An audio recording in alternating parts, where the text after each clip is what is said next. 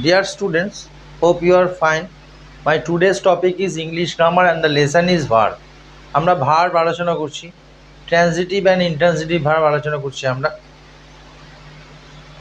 Intransitive verbs become transitive by having preposition adding to them. কি বললাম? Intransitive verbs become transitive by having preposition adding to them, অর্থাৎ কখনো কখনো ভার্বের পূর্বে, ইন্ট্রানজিটিভ ভার্বের পূর্বে প্রিপোজিশন বসলে বা বসিয়ে প্রিপোজিশন বসিয়ে ভার্বটি ট্রানজিটিভ ভার্ব করা হয়। কখনো কখনো ইন্ট্রানজিটিভ ভার্বের পূর্বে বা আগে প্রিপোজিশন বসিয়ে ভার্বটি ট্রানজিটিভ ভার্ব করা হয়। For example,